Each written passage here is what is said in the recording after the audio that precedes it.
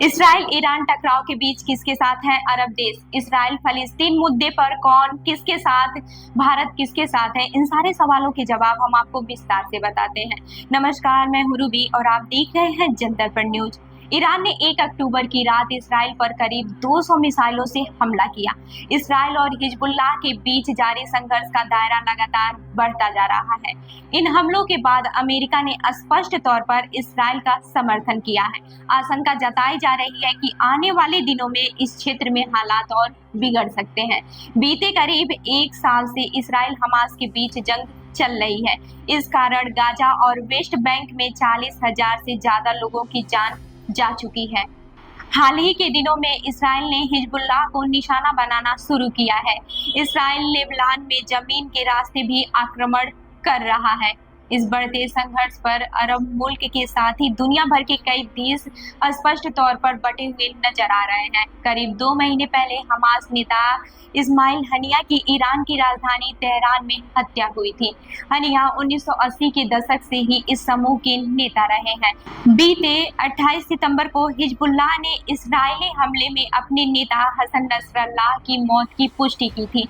उसके बाद से मध्य पूर्व में संघर्ष और भी गंभीर होता जा रहा है। इसराइल हिजबुल्लाह के ठिकानों पर लेबनान में हमले जारी रखे हुए हैं और अब उसने हिजबुल्लाह के ठिकानों पर जमीन से सैन्य कार्रवाई भी शुरू कर दी है। हनिया की मौत के बाद ईरान ने फौरन कोई सैन्य प्रतिक्रिया नहीं दी थी, लेकिन 1 अक्टूबर के ईरान के मिसाइल हमलों ने मध्य पूर्व के इस संघर्ष को और भी बढ़ा दिया है। इसराइल के खिलाफ इस्लामिक देशों को एकजुट करने के लिए ईरान ने पहले ही इन मुल्कों से इसराइल के व्यापार खत्म करने की अपील की थी। दूसरी तरफ अमेरिका, ब्रिटेन और जर्मनी जैसे देश इसराइल के साथ खड़े हैं और इस युद्ध में उनकी मदद कर रहे हैं। ईरान के ताजा हमलों के बाद नीदरलैंड के राजनेता और सांसद सोशल मीडिया प्लेटफॉर्म एक्स पर ईरान के सर्वोच्च नेता आयतुल्लाह अली खामेनेई से भिड़ते हुए दिखे। अब ये भी जान लेते हैं कि अरब देश किसके साथ है।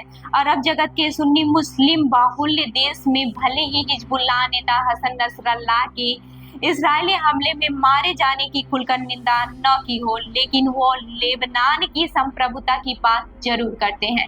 वहीं करीब 4 महीने पहले रफा में शरणार्थी कैंप पर इसराइल के जानलेवा हमले के बाद सऊदी अरब ने कहा था कि इसराइल को फलस्तीन का अस्तित्व स्वीकार करना होगा। सऊदी अरब के इस बयान को उस समय काफी अहम माना जा रहा था। सुन्नी नेतृत्व वाले सऊदी अरब ने हसन नसरल्लाह की मौत के बाद से पिछले हफ्ते कहा था कि लेबनान में जो भी कुछ भी हो रहा है वह गंभीर चिंता का विषय है। सऊदी में लेबनान की संप्रभुता और उसकी सुरक्षा की बात कही, लेकिन सऊदी अरब ने नसरल्लाह का जिक्र नहीं किया। जानकारों का मानना है कि सऊदी नेतृत्व को इसका एहसास है कि अगर उसने फलस्तीनियों के संघर्ष से मुंह मोड़ा तो इससे इलाके में और वैश्विक स्तर पर उसकी छवि पर असर पड़ेगा। मक्का मदीना के कारण सऊदी अरब मुसलमानों के लिए एक पवित्र जगह रही है। हर साल लाखों मुसलमान हज करने सऊदी अरब जाते हैं। मुस्लिम देश के संगठन ऑर्गेनाइजेशन ऑफ इस्लामिक कॉरपोरेशन यानी कि OIC का मुख्यालय सऊदी अरब में ही है और इसे सऊदी की अगुवाई वाला संगठन माना जाता है। ऐसे में सऊदी अरब की नरमी से उसकी छवि को नुकसान पहुंच सकता है। बताते चले कि सुन्नी नेतृत्व वाले देश संयुक्त हसन नसरल्लाह की मौत और उसके बाद पैदा हुए हालात पर अब तक पूरी तरह खामोश नजर आ रहा है। UAE के अलावा कतर और बहरीन भी इस मुद्दे पर चुप है। हालांकि बहरीन, ओमान, कतर, सऊदी अरब, UAE और कुवैत के खाड़ी के 6 देशों वाले संगठन गल्फ कॉरपोरेशन काउंसिल ने बयान जारी कर लेबनान की संप्रभुता, सुरक्षा और स्थिरता का समर्थन किया है। GCC ने लेबनान इसराइल सीमा पर तुरंत संघर्ष विराम पर जोर दिया है। साथ ही बयान में यह भी कहा गया है कि कोई भी हथियार लेबनान की सरकार की अनुमति के बिना मौजूद न हो और वहां दूसरे किसी देश का प्रशासन भी न हो। वहीं इसराइल फलस्तीन मुद्दे पर कौन किसके साथ है, ये भी बात कर लेते हैं। मध्य पूर्व में संघर्ष के मुद्दे पर कतर सभी पक्षों से बातचीत कर संघर्ष को रोकने के पक्ष में रहा है। हालांकि उसका इस्राइल के साथ कोई औपचारिक संबंध नहीं है। नसरल्लाह की मौत के बाद मिस्र के राष्ट्रपति अब्दुल फतेह अल सीसी ने लेबनान के प्रधानमंत्री नाजीब मिकाती से फोन पर बात की और उन्होंने नसरल्लाह का नाम लिए बिना ही कहा कि मिस्र लेबनान की संप्रभुता के उल्लंघन को नामंजूर करता है। ईरान की प्रॉक्सीज और उसकी नीतियों को लेकर मिस्र उसके खिलाफ रहा है। हालांकि ईरान की सरकार से मिस्र की औपचारिक बातचीत होती रही है। मिस्र के राष्ट्रपति ने नसरल्लाह के मारे जाने के बाद कहा था कि पूरा इलाका मुश्किल हालात में है। उन्होंने कहा है कि मिस्र चाहता है कि इस इलाके की स्थिरता और सुरक्षा हर हाल में सुनिश्चित हो। अरब मुल्क जॉर्डन की सीमा वेस्ट बैंक से मिली है और यहाँ फलस्तीनी शरणार्थी की बड़ी संख्या रहती है। इस्राइल जब बना तो इस क्षेत्र की एक बड़ी आबादी भागकर जॉर्डन आ गई थी। इस युद्ध में जॉर्डन फलस्तीनियों के साथ खड़ा है और वह दो देशों के सिद्धांत की बात करता है।